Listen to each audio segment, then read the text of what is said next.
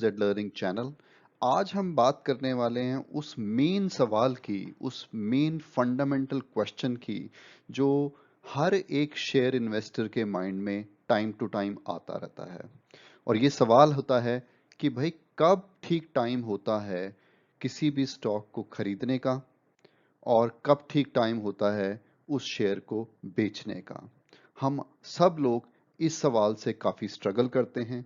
कुछ लोग इसको सही तरीके से करते हैं, बट मोस्टली हम इसको बगैर समझे इसको करने की कोशिश करते हैं और जिसकी वजह से हम प्रॉफिट नहीं बना पाते अपने शेयर इन्वेस्टमेंट से।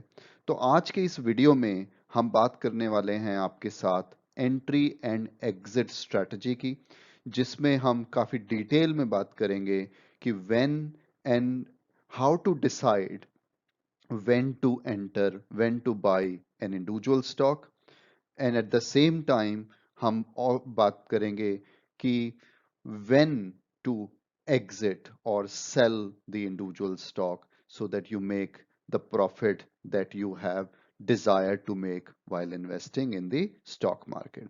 So it's an important video, तो प्लीज बने रहिए हमारे साथ अंत तक।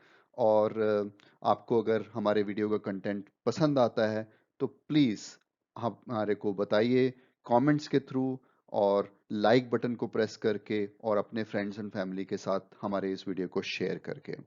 सो बिना कोई देरी के लेट्स स्टार्ट आवर वीडियो। तो जैसा मैंने कहा कि आज हम बात करने वाले हैं उस स्ट्रैटेजी की, उस गुण मंत्र की जो आपको हेल्प करेगा ये डिसाइड करने में कि when you should buy a stock, when you should enter in a particular stock, and when you should exit और sell that stock in the market. So पहला सवाल हम लेते हैं, व्हेन टू एंटर और बाय एन इंडिविजुअल स्टॉक। देखिए इसमें कई चीजें होती हैं। अगर आप पहली बार शेयर मार्केट में आ रहे हैं, एक बिगिनर हैं शेयर मार्केट में, तो आपके लिए जरूरी है कि आप थोड़ा बड़े स्टॉक में डील करें। आई वुड सजेस्ट कि आप सिर्फ लार्ज कैप स्टॉक्स को देखें, निफ्टी लिस्टेड स्टॉक्स को देखें, निफ्टी के जो टॉप 50 स्टॉक्स हैं या निफ्टी के जो बैंकिंग स्टॉक हैं उनको पहले देखें, क्योंकि वो एक बड़ी कंपनियां हैं, एक लार्ज स्टैक है, उनकी काफी ट्रांसपेरेंसी है डेटा को लेके, रिपोर्टिंग को लेके। तो वो स्टॉक्स आपके लिए बेटर रहेंगे। हाँ, अगर आप काफी टाइम से मार्केट में हैं, आप अपनी पूरी रिसर्च कर सकते हैं, आप अंडरस्टैंड कर सकते हैं इंडिविजुअल बिजनेसेस को, इंडिविजुअल इंडस्ट्रीज को, तो आप थोड़ा mid size companies, small size companies में भी इन्वेस्टमेंट कर सकते हैं। बट आप अगर बिगिनर हैं तो मैं ये कहूंगा कि please start with only large cap stocks, big companies, and don't get into medium size company or small size companies at the start. दूसरी चीज बहुत बड़ी इंपॉर्टेंट है, जब भी आप एंटर करने का कोशिश कर रहे हैं या कोई भी स्टॉक को बाय करने की कोशिश करते हैं, कि आइडेंटिफाई करना एक क्वालिटी स्टॉक को बहुत जरूरी होता है। अब इसको आइडेंटिफाई करने का तरीका क्या होता है? देखिए इसमें दो चीजों का ध्यान रखा जाता है। पहली बात होती है फंडामेंटल्स की और दूसरी बात होती है टेक्निकल इंडिकेटर्स की। तो फंडामेंटली मैं कहूंगा कि जब आप किसी भी स्टॉक को आइडेंटिफाई कर रहे हैं तो आप हमेशा लेंस अप्लाई कीजिए उस पे कि क्या उनकी मैनेजमेंट टीम एक क्लीन मैनेजमेंट टीम है, या आए दिन सुनने में आया जाता है कि कुछ करप्शन हो गई, कुछ धांधली हो गई, कुछ ना कुछ केस चल रहा है मैनेजमेंट के लिए। अगर इस टाइप का कुछ भी डाउट मैनेजमेंट के बारे में, प्रमोटर्स के बारे में या बोर्ड के बारे में उस कंपनी से आता है, तो मैं ये कहूंगा कि उस कंपनी से दूर रहिए। तो क्लीन मैनेजमेंट का होना फंडामेंटल पर्सपेक्टिव से बहुत जरूरी है जब आप एक स्टॉक को आइडेंटिफाई कर रहे हो। दूसरी चीज आपको देखनी चाहिए कि क्या कंपनी की, क्या जो स्टॉक आप देख रहे हैं उसके पास, उसके बिजनेस में कोई कंपेटिटिव एडवांटेज है या नहीं। कंपेटिटिव एडवांटेज का मतलब बेसिकली है कि क्या उनका प्रोडक्ट एक स्टैंड आउट प्रोडक्ट है, या उनके पास एक मार्केट लीडिंग मार्केट शेयर है। तो जैसे कि मैं अगर एग्जांपल देता हूं, अगर आप बैंकिंग, प्राइवेट बैंकिंग स्टॉक्स की बात करते हैं तो एचडीएफसी बैंक एकदम स्टैंड आउट परफॉर्मर है। वो उनका प्रोडक्ट, उनकी रीच, उनकी ब्रांचेस, उनकी प्रॉफिटेबल लेगेसी और उनकी मैनेजमेंट टीम, सारी चीजों को देखकर आपको एकदम लगता है कि हाँ ये कंपनी सेफ है।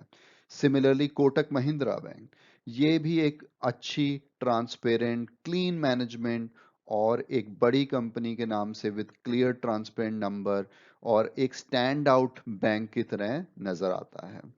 बट अगर मैं किसी और छोटे बैंक की बात करूं, स्मॉल बैंक की बात करूं, जिनकी आपको कभी ब्रांच आपने देखी नहीं, कभी आप उनके बारे में उसको सुना नहीं, आपके फ्रेंड सर्कल में किसी का कोई अकाउंट नहीं है उसमें, तो वो बैंक से आपको दूर रहना चाहिए, क्योंकि वो बैंक हो सकता है बहुत अच्छा हो, लेकिन अभी इतना बड़ा नहीं है कि आपके लिए सेफ हो उस स्टॉक में इन्वेस्ट करने के लिए।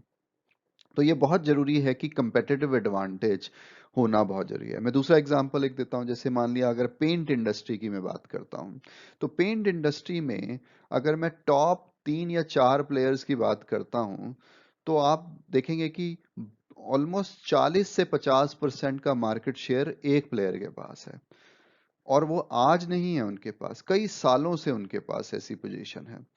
तो वो कंपनी का नाम है एशियन पेंट्स। तो एशियन पेंट्स एक स्टैंड आउट प्लेयर हो जाता है पेंट इंडस्ट्री में। तो अगर आप पेंट इंडस्ट्री में इन्वेस्ट करने का सोच रहे हैं और आइडेंटिफाई करने की कोशिश कर रहे हैं, तो Asian paint will pass the test of a company which has got competitive advantage. तो इस तरीके से जब मैं competitive एडवांटेज की बात करता हूं, आपको जिस भी इंडस्ट्री में आप इन्वेस्ट करने का सोच रहे हैं, जिस क्वालिटी स्टॉक को आप पिक करने का सोच रहे हैं, जरूर समझिए कि उनके बिजनेस में, उनके प्रोडक्ट में, उनकी सर्विस में क्या उनके पास एक कंपेटिटिव एडवांटेज है या नहीं।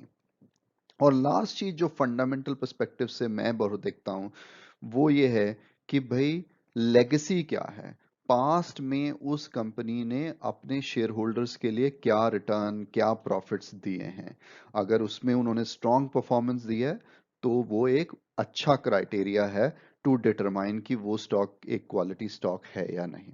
तो उम्मीद करता हूं फ्रॉम ए फंडामेंटल पर्सपेक्टिव आपको 3 चीजें देखना बहुत जरूरी है: मैनेजमेंट की clean image, competitive advantage of their product and service, and profitable and good shareholder return in the past। ये 3 पॉइंट में अगर कोई कंपनी खरी उतर रही है, तो वो एक क्वालिटी स्टॉक आपके लिए हो सकता है।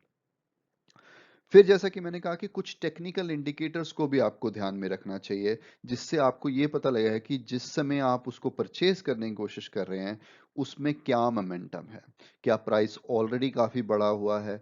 तो वो सारी चीजों को देखने के लिए कुछ की टेक्निकल इंडिकेटर्स आपको आइडेंटिफाई करने चाहिए। मैं पर्सनली जिन चीजों को फॉलो करता हूं वो आपके साथ मैं शेयर कर देता हूं, लेकिन आप खुद अपने एक्सपीरियंस से, अपनी अपनी रिसर्च से अपने टेक्निकल इंडिकेटर चूज कर सकते हैं, क्योंकि टेक्निकल इंडिकेटर्स भी बहुत सारे हैं। तो आप कोई 1 2 3 इंडिकेटर आपको अपने दिमाग में रखने चाहिए जो आपको सूट करते हैं, जो आपको सही रिजल्ट देते हैं। तो मेरे हिसाब से जो पर्सनली मैं देखता हूँ, वो ये देखता हूँ कि अगर कोई भी स्टॉक के लिए मैं कोशिश करता हूं कि मैं उनकी आरएसआई और बॉलिंजर बैंड को देखूं। आरएसआई अगर उनकी 40 से नीचे होती है, तो वो मेरे लिए एक अलार्म बेल होता है कि वो स्टॉक अब उस जोन में है जहां पे मैं उसको खरीद सकता हूं। और अगर बॉलिंजर बैंड की बात करूं, तो अगर वो लोअर एंड में है, तो भी वो एक बाइंग अपॉर्चुनिटी होती है। तो मैं इस तरीके से उन 2 इंडिकेटर्स को ध्यान रख के अपने क्वालिटी स्टॉक के बारे में तैयार रहता हूं कि कब उसमें खरीदने की अपॉर्चुनिटी आती है। इसके बाद क्लियरली हमारे पास एक टारगेट प्राइस होना चाहिए कि हर एक स्टॉक के लिए हमारे पास माइंड में होना चाहिए कि किस प्राइस पे मैं उसको खरीदने को तैयार हूं। तो जो भी प्राइस, अगर वो उस प्राइस पे जब स्टॉक जाता है, तो आप उसको खरीदिए, अपने आइडेंटिफाइड स्टॉक को खरीदिए। और उसके बाद भी, क्योंकि मैं हमेशा ये कहता हूं कि अपनी परचेज को स्टैगर कीजिए। अपनी इस परचेज को कभी भी ऐसे मत कीजिए कि अगर आपके पास 50,000 रुपए इन्वेस्ट करने के लिए हैं, तो 50,000 एक ही दिन मत करा दीजिए इन्वेस्ट। आप उसको 5 पार्ट में डिवाइड कर सकते हो। पहले 10,000 कीजिए, फिर 10,000 और कीजिए, फिर 20,000 और कर दीजिए, और फिर बाकी बचे हुए 10,000 कर दीजिए। तो इस तरीके से आपको एक रूल बनाना चाहिए, जिससे कि आपकी जो परचेज है वो ओवर टाइम हो, स्टैगर हो। उससे क्या फायदा होता है कि एक तो आपके जो टारगेट प्राइस माइंड में था, तो मान लिया कि कोई एक स्टॉक आपने आइडेंटिफाई किया और आपने कहा कि जब वो 100 रुपए का होगा, तो मैं उसको खरीद लूंगा। आपने 100 रुपए पे 10,000 रुपए की इन्वेस्टमेंट कर दी और आपने स्टॉक ले लिया। वो स्टॉक घट के हो गया 90 रुपए, 80 रुपए। तो जब भी आपका 5% या 10% रिडक्शन होती है प्राइस से, जिस प्राइस पे आपने पहले खरीदे हुए, वो अपॉर्चुनिटी होती है जिसको बोलते हैं dip in the stock price. वो अपॉर्चुनिटी थी कि फर्दर एक्यूमुलेट करने की आपकी। तो 100 पे आपने पहले खरीदा, अगर वो स्टॉक 90 पे गया तो 90 पे आप डबल खरीद लीजिए या उतने ही और खरीद लीजिए। जब 90 से फिर 80 हुआ तो थोड़े और खरीद लीजिए। तो उससे क्या होगा कि जो आपकी एवरेज परचेज प्राइस होगी उन सारे लॉट्स को मिला के, वो करीब करीब 90 के आसपास हो जाएगी, क्योंकि आपने कुछ 100 पे खरीदे, कुछ 90 पे खरीदे, कुछ 80 पे खरीदे। तो ओवरऑल एवरेज आपकी 90 के आसपास हो जाएगी। तो उससे क्या होगा कि जब वो स्टॉक बढ़ने लगेगा, तो अगर वो वापस 100 पे जाता है तो आपके पास कुछ शेयर्स तब भी होंगे जिसको आप बेच सकते हैं प्रॉफिट कमा के। तो ये एक्युमुलेशन जो होना चाहिए शेयर्स का, वो एवरी डिप पे होना चाहिए, क्योंकि आपने पहले ही फंडामेंटली उसको रिसर्च कर लिया है, टेक्निकल इंडिकेटर्स को देख लिया, आपको पता है कि वो एक क्वालिटी स्टॉक है, उस कंपनी में कोई प्रॉब्लम नहीं है। इसलिए जब भी डिप आता है स्टॉक प्राइस में, उसमें पैनिक होने की जरूरत नहीं है, उसको बाइंग अपॉर्चुनिटी की तरह देख के आपको चीजों को खरीदना चाहिए और शेयर को खरीदना चाहिए। लेकिन इसके लिए बहुत जरूरी है कि जो भी आपका इन्वेस्टमेंट अमाउंट है एक स्टॉक के लिए, उसको 4 या 5 इंस्टॉलमेंट में इन्वेस्ट कीजिए, स्टैगर कीजिए उसकी परचेस को।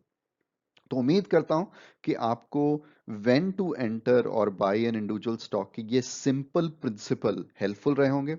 जैसा कि मैंने पहले कहा कि प्लीज़ आपको अगर हमारा कंटेंट पसंद आ रहा है तो प्लीज़ लाइक कीजिए हमारे वीडियो को, पॉज करके लाइक कीजिए, कमेंट कीजिए उस पे, और अपने फ्रेंड्स एंड फैमिली के साथ शेयर भी कीजिए।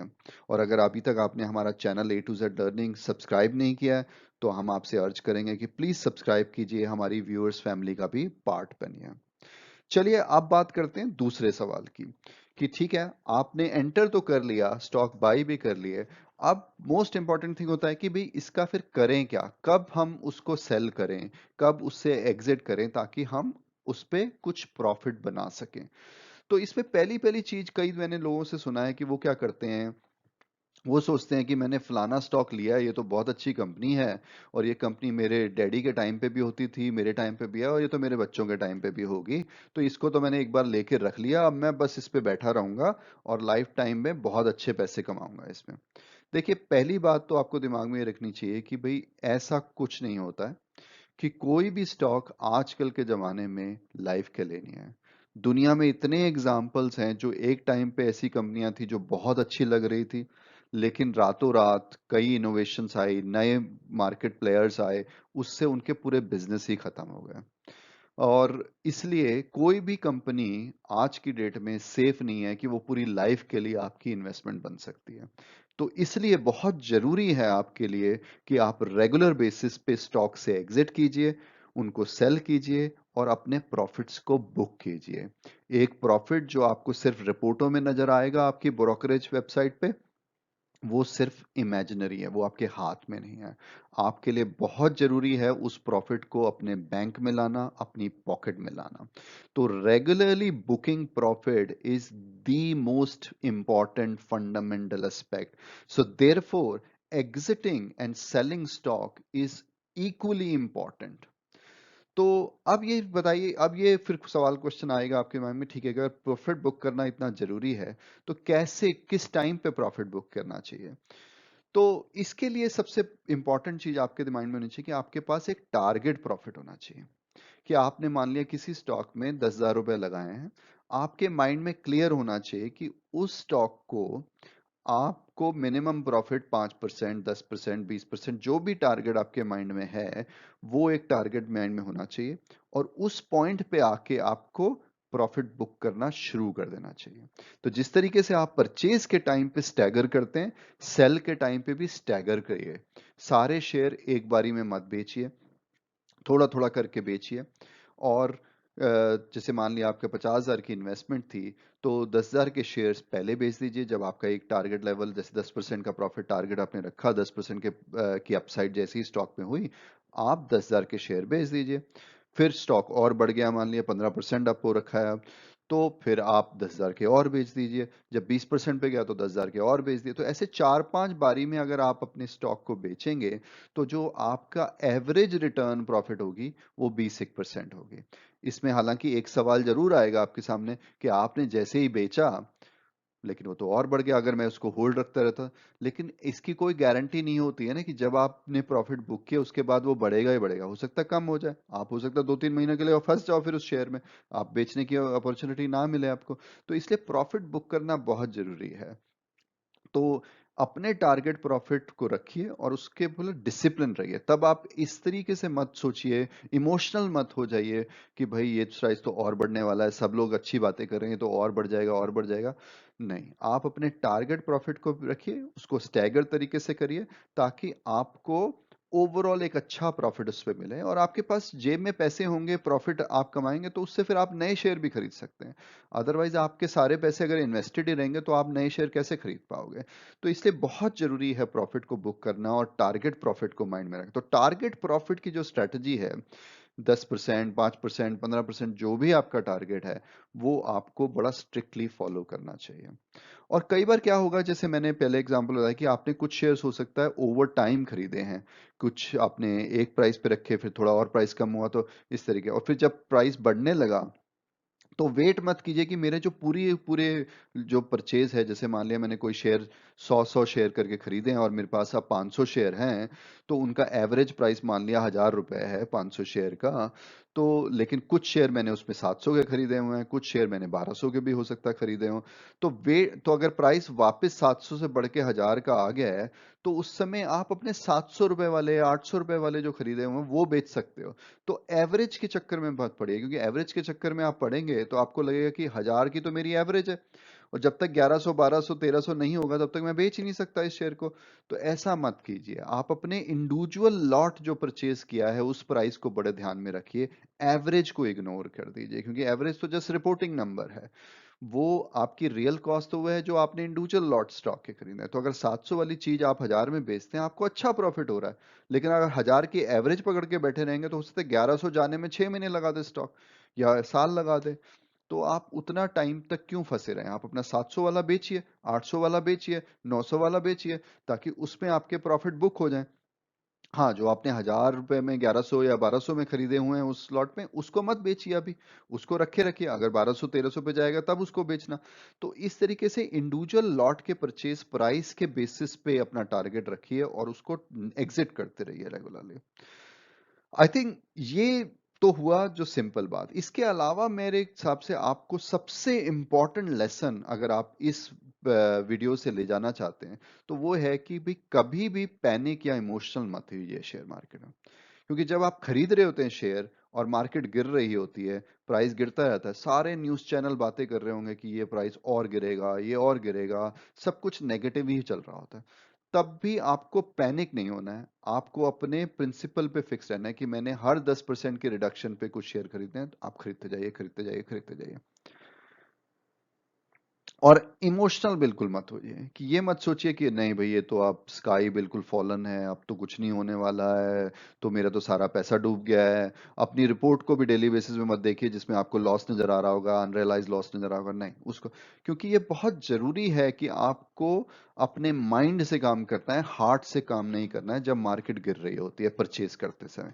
इसी तरीके से जब मार्केट बढ़ रही होती है, जब आप सेल करने जाते हैं तो भी न्यूज़ चैनल बोल रहे होंगे कि भाई ये तो अगर अभी 1,000 का प्राइस है तो ये तो 1,200 हो जाएगा या 1,500 हो जाएगा, ऐसी बड़ी बड़ी बातें, बड़े बड़े टारगेट वो दिखा रहे होंगे, न्यूज़पेपर्स में भी वही बातें हो रही होंगी। और आपको लगेगा कि भाई मैं अभी क्यों बेचूं 1,100 पे, मैं भी 1,500 की वेट करता रहता हूँ। तो वो भी मत कीजिए, क्योंकि उसमें इमोशनल होने की जरूरत नहीं है। आपका अपना एक टारगेट है प्रॉफिट का, आपका टारगेट अगर अचीव हो रहा है आप उसको क्रिस्टलाइज कीजिए, आप उसको रियलाइज कीजिए, अपनी पॉकेट में लाइए। क्योंकि वो जो 1,200 हुआ है वो 1 मिनट में 900 भी आ जाएगा फिर वापस। तो इसलिए बहुत जरूरी है आपके लिए रेगुलरली प्रॉफिट करना, पैनिक ना होना, इमोशनल ना होना, और ब्लाइंडली टीवी चैनल जो बोलते रहते हैं उसको फॉलो कभी मत कीजिए। ये तो लकीर के फकीर होते हैं, जब मार्केट गिर रही होती है सिर्फ डूम एंड ग्लूम बातें कर रहे होते हैं, और जब मार्केट बढ़ रही होती है तो कहते हैं कि इस कोई प्रॉब्लम ही नहीं है, सारी अच्छी बातें कर रहे होते हैं। तो इनकी ब्लाइंडली फॉलो करने की कोई जरूरत नहीं है। और एक चीज आपको और ये ध्यान रखनी चाहिए पैनिक और इमोशनल पॉइंट की, जैसे मैं कर रहा हूँ कि जब आपके शेयर प्राइसेस गिर रहे होंगे या शेयर प्राइसेस बढ़ रहे होंगे, आपके दिमाग में कई चीजें चल रही होंगी। तो उस समय बहुत जरूरी है कि आप अपने फंडामेंटली स्ट्रॉन्ग स्टॉक पे फोकस करें और अपने टारगेट प्रॉफिट पे फोकस करें। अगर वो चीजें हो रही हैं तो आप अपने इन्वेस्टमेंट डिसीजन लेते रहिए। आप बिल्कुल भी डिस्ट्रैक्ट मत होइए कि उसके अराउंड क्या हो रहा है। तो ये बहुत जरूरी है कि पैनिक ना होना, इमोशनल ना होना in the market when markets are going either up और डाउन। तो ये सबसे बड़ा गुण मंत्र है जो आपको फॉलो करना चाहिए जब भी आप स्टॉक मार्केट में घुसने का सोच रहे हैं। तो उम्मीद करता हूं कि आपको हमारा ये वीडियो पसंद आया होगा। अगर पसंद आया तो प्लीज प्रेस कीजिए लाइक बटन और अपने फ्रेंड्स और फैमिली के साथ इसको शेयर कीजिए। और अगर अभी तक भी आपने हमारा channel A to Z learning subscribe नहीं किया है तो प्लीज सब्सक्राइब कीजिए, ताकि आपको हमारे नए वीडियो के नोटिफिकेशन इमीडिएटली मिल जाएं और आप हमारी व्यूअर्स फैमिली का भी पार्ट बन पाए। Thank you very much and good luck with your investment decision.